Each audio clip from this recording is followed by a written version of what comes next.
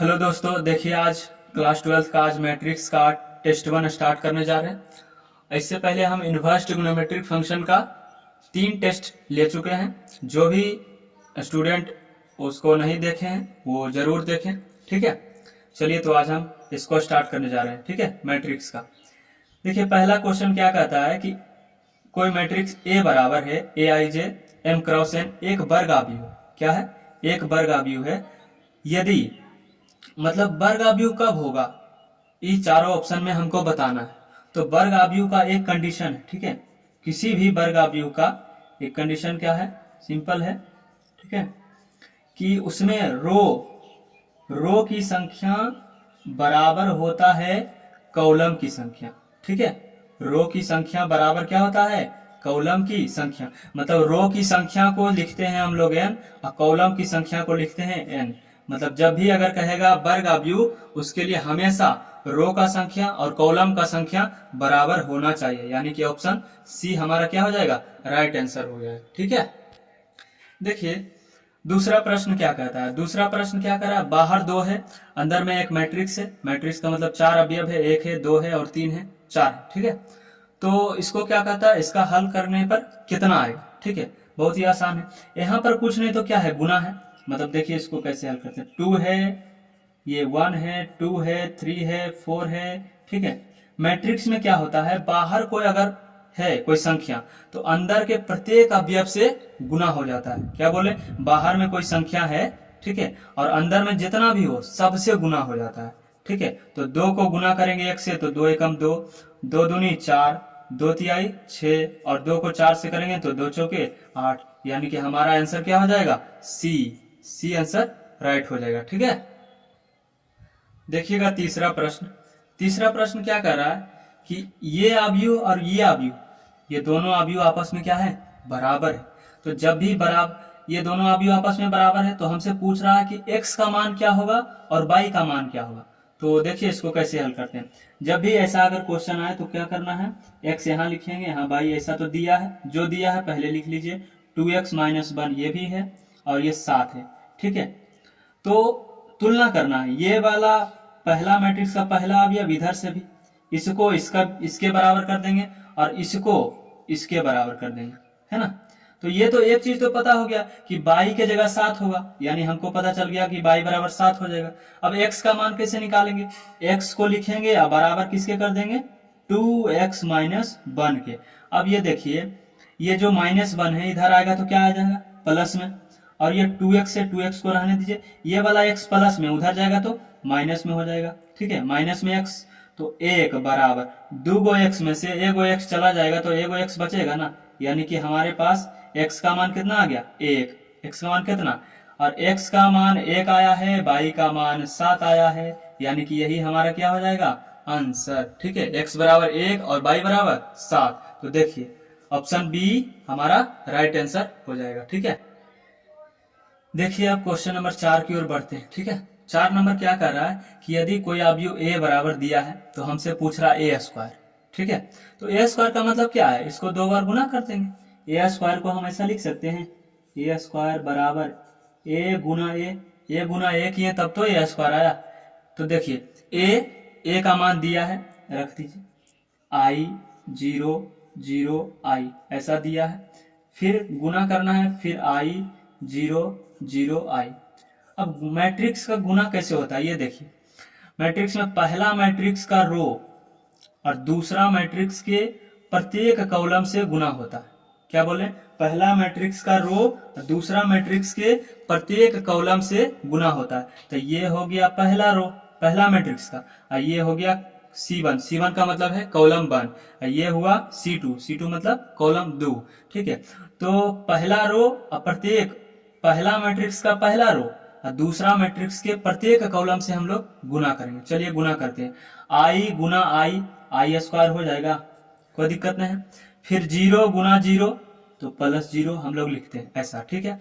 फिर से क्या करें? C1 से तो हो गया, अब क्या करेंगे? C2 से गुना करेंगे तो i गुना 0 0 हो जाएगा, 0 गुना i 0 हो जाएगा, कोई दिक्कत नहीं है। फिर क्या करेंगे? हो गया।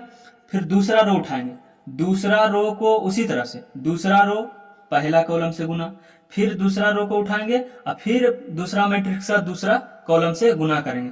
तो 0 गुना आई 0 हो जाएगा, और फिर आई गुना 0 फिर से 0 हो जाएगा, फिर 0 गुना 0 फिर 0 यहाँ लिखा जाएगा, फिर आई गुना आई, ठीक है, तो आई स्क्वायर हो जाएगा। ठीक है, चलिए ये तो हम लोग कर लिए, आगे चलते हैं। हमको पता है ना कि आई स्क्वायर का मान -1 होता है, जो नहीं जानते हैं वो याद कर लीजिएगा। आई स्क्वायर का मान क्या होता है? -1। ठीक है, तो यहाँ लिख देंगे -1, यहाँ 0 हो जाएगा, यहाँ 0 होगा, यहाँ -1 हो जाएगा, यानी कि ये हो गया। ठीक है, यानी यही हमारा क्या हो जाएगा? राइट आंसर हो जाएगा, यानी कि option B is the correct answer हो जाएगा। आशा है कि आप लोग को अच्छे से समझ में आ रहा होगा। ठीक है, देखिएगा पांचवा प्रश्न भी उसी तरह है। ठीक है, कि एक मैट्रिक्स ये है, एक मैट्रिक्स ये है, दोनों को क्या करना है? गुना करना है। ठीक है, तो चलिए गुना करते हैं। पहले तो लिखेंगे 2, 5, 8, 10, ये लिख लिए। इसको भी लिख लेंगे 5 और 50। ठीक है, ये लिख लिए। अब गुना करें। गुना करने के लिए क्या बताए हैं कि पहला मैट्रिक्स का रो और दूसरे मैट्रिक्स के प्रत्येक कॉलम से गुना होगा। ये एक यहाँ पर क्या है? एगो कॉलम है, दूसरा मैट्रिक्स में एक ही कॉलम है। रो का एगो है, 2 गो है, R1 और ये R2। ठीक है, तो पहला मैट्रिक्स का रो और दूसरे मैट्रिक्स के कॉलम से गुना होगा। तो चलिए हम लोग गुना करते हैं। ठीक है, गुना कैसे करेंगे? तो 2 गुना 5 हो जाएगा 10, लिख लिए। फिर 5 गुना 50 तो हो जाएगा 250, है ना, ये 250। ठीक है, और फिर क्या करेंगे? फिर R1 से तो हो गया, फिर हम लोग क्या करेंगे? R2 से C1 में गुना करेंगे। तो ये हो गया R2 मतलब पंक्ति 2, और C1 से गुना करेंगे तो 8 गुना 5 कितना हो गया? 40, और फिर 10 गुना 50 कितना हो जाएगा? 500। ठीक है, अब इन दोनों को क्या करेंगे? जोड़ेंगे। तो जोड़ेंगे तो कितना आएगा? देखिएगा ध्यान से। ठीक है, तो 250 और 10 260 हो गया, 500 और 40 हो गया 540, यानी कि ये हमारा क्या हो जाएगा? आंसर हो जाएगा। ठीक है, यानी कि option B is the right answer हो जाएगा। ठीक है, और ये सब जो प्रश्न है अच्छे से यदि आप प्रैक्टिस करेंगे, क्योंकि ये सब प्रश्न पूछा हुआ है। ठीक है, तो आपको पूरा प्रैक्टिस करना है। ठीक है, जितना ज्यादा आप प्रैक्टिस करेंगे उतना ज्यादा आपको एग्जाम में लाभ होगा। ठीक है, चलिए देखिए छठा प्रश्न क्या कर रहा है कि ये भी गुना ही करना है यार, है कि नहीं? इन दोनों को क्या करना है? गुना करना है। तो देखिए सिंपल है गुना करना, इसका तो आंसर एक स्टेप में आ जाएगा।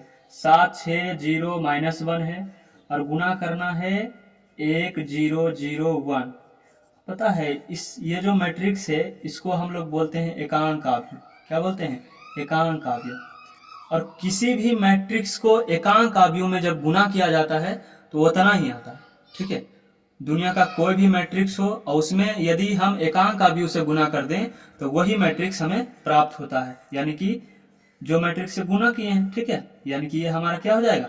आंसर हो जाएगा। ठीक है, तो यानी ऑप्शन सी राइट आंसर हो जाएगा। ठीक है, चलिए देखिए आठवां प्रश्न क्या कहता है, सॉरी सातवां प्रश्न क्या कर रहा है कि कोई मैट्रिक्स x बराबर ये दिया है, तो पूछ रहा है x पर पावर 8 बराबर क्या होगा।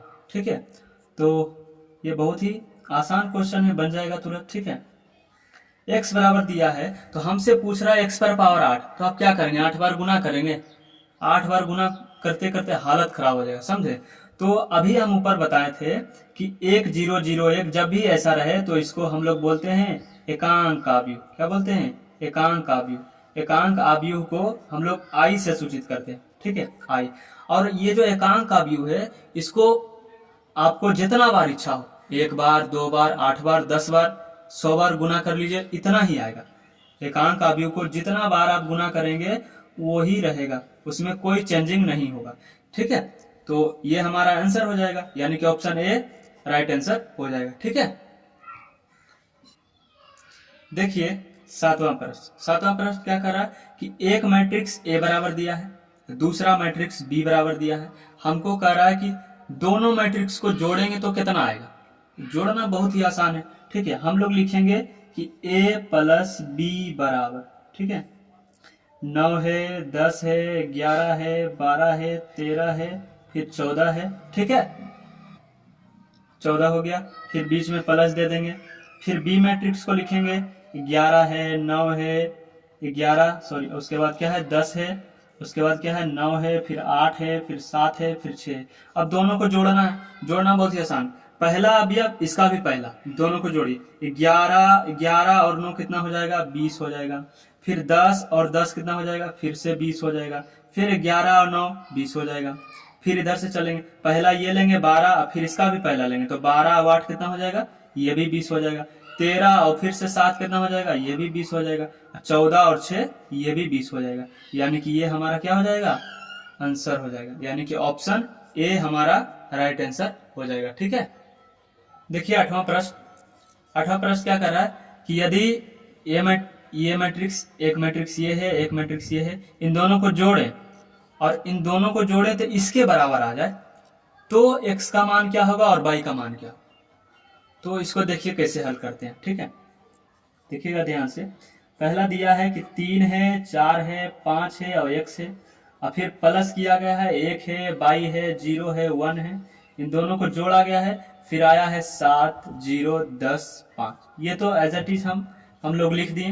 अब इसको हल कैसे करेंगे, सिंपल जोड़ना है, पहला अवयव इसका भी पहला अवयव, 3 और 1 कितना हो जाएगा 4 हो जाएगा, 4 प्लस y, तो 4 प्लस y लिख देंगे, 5 और 0 5 हो जाएगा, x में 1 जोड़ेंगे तो x प्लस 1 हो जाएगा। ठीक है, कोई दिक्कत नहीं। अब फिर की करेंगे, बराबर कर देंगे 7, 0, 10 और 5। ठीक है, इतना तक कोई दिक्कत नहीं। आगे देखिए, फिर की बोले थे बराबर करना है, x और y का मान चाहिए, तो इसको क्या करेंगे, इसके बराबर कर देंगे, है ना, और इसको क्या करेंगे, इसके बराबर कर देंगे, तो आ जाएगा मान, तो 4 प्लस y बराबर 0, तो y का मान कितना हो जाएगा -4, ये प्लस में उधर जाके माइनस में, तो y बराबर -4 आ गया। अब फिर x प्लस 1 को बराबर किसके करेंगे, 5 के, तो x बराबर 5, और ये जो प्लस में उधर जाके माइनस में, तो x बराबर कितना हो जाएगा 4, है ना, तो x का मान 4 आया, y का मान -4 है। ठीक है, x का मान 4, y का मान -4। ठीक है, देखिए x का मान कितना है 4, y का मान -4, तो यानी कि इसके अनुसार ऑप्शन डी हमारा राइट आंसर हो जाएगा। ये सब फिर से बता रहे हैं, ये सब रिपीटेड क्वेश्चन है, आप जितना ज्यादा इसको बार बार हल करेंगे उतना ज्यादा आपको एग्जाम में बेनिफिट मिलेगा। देखिए नौवां प्रश्न क्या कहता है कि a बराबर दिया है, कोई मैट्रिक्स a बराबर दिया है, और बोल दिया है कि a और प्लस इसको क्या बोलते हैं, a का ट्रांसपोज बराबर i मतलब क्या, एकांक अवयव, i मतलब क्या, एकांक अवयव। ठीक है, i मतलब क्या होता है, एकांक अवयव। तो अल्फा का मान क्या हो, अल्फा का मान निकालना, तो चलिए इसको बनाते हैं। ठीक है, उसके अनुसार हम लोग चलते हैं, a प्लस a का ट्रांसपोज बराबर दिया है i, तो a तो पता है हमको, a का ट्रांसपोज नहीं पता है, तो a का ट्रांसपोज हम लोग निकालेंगे, जो भी बहुत ही आसान है a का ट्रांसपोज निकालना। ठीक है, ये जो भी ये रो है, ये r1 है और ये r2, कुछ नहीं करना है, जो रो होता है उसको कॉलम में लिखते हैं, ठीक है, जो कॉलम होता है उसको रो में लिखते हैं, बस हो गया a का ट्रांसपोज। ठीक है, मतलब जो ऐसे लिखा है उसको ऐसे कर देंगे। ठीक है, तो कॉस अल्फा, और फिर ये जो साइन, ये माइनस साइन है, ये नीचे आ जाएगा माइनस साइन अल्फा, फिर से ये रो में है, इसको क्या करेंगे कॉलम में। ठीक है, तो हो जाएगा साइन अल्फा, और फिर नीचे क्या हो जाएगा कॉस अल्फा, ये निकाल लिए a का ट्रांसपोज।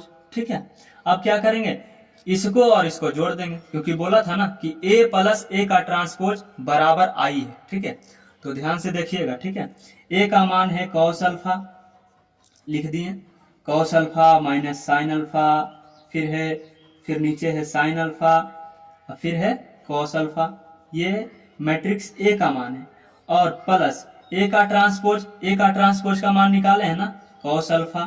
ठीक है, फिर है साइन अल्फा, फिर उसके बाद माइनस साइन अल्फा, फिर उसके बाद कॉस अल्फा, इसका मान निकाल चुके। अब इन दोनों को जोड़ते हैं तो हमको क्या बोला है, i के बराबर आता है। i मतलब क्या, एकांक अवयव। अब एकांक अवयव कहते किसको है, तो ऐसा होता है एकांक अवयव, 1 0 0 1, ऐसा, इसको क्या बोलते हैं, एकांक अवयव बोलते हैं। ठीक है, तो अब इसको जोड़ेंगे, एक इसका पहला और इसका पहला, एक कॉस अल्फा यहाँ है, एक कॉस अल्फा यहाँ, तो 2 कॉस अल्फा हो जाएगा। तो 2 कॉस अल्फा बराबर किसके कर देंगे, 1 के बराबर। ये दोनों को जोड़ेंगे और इसके बराबर कर देंगे, क्योंकि बोला है ना इन दोनों को जोड़ के ये मैट्रिक्स के बराबर आता है। तो 2 कॉस अल्फा बराबर किसके कर देंगे, 1। यानी कि कॉस अल्फा का मान निकालें तो 1, और ये गुना में है तो गुना वाला कहाँ चला जाता है, भागा में। तो कॉस अल्फा बराबर 1/2 हो गया। ठीक है, तो कॉस अल्फा बराबर 1/2। अब 1/2 कॉस कितना डिग्री का मान होता है, कॉस होता है पाई/3। पाई/3 बोले तो 60 डिग्री का मान होता है। यानी इधर भी कॉस इधर भी कॉस हो गया, तो हम लोग अल्फा बराबर लिख सकते हैं पाई/3। अल्फा का मान कितना आ गया, पाई/3। यानी कि ऑप्शन बी हमारा राइट आंसर हो जाएगा। ठीक है, तो आज के लिए इतना रहने देते हैं। बहुत बहुत धन्यवाद आप लोगों का। मिलते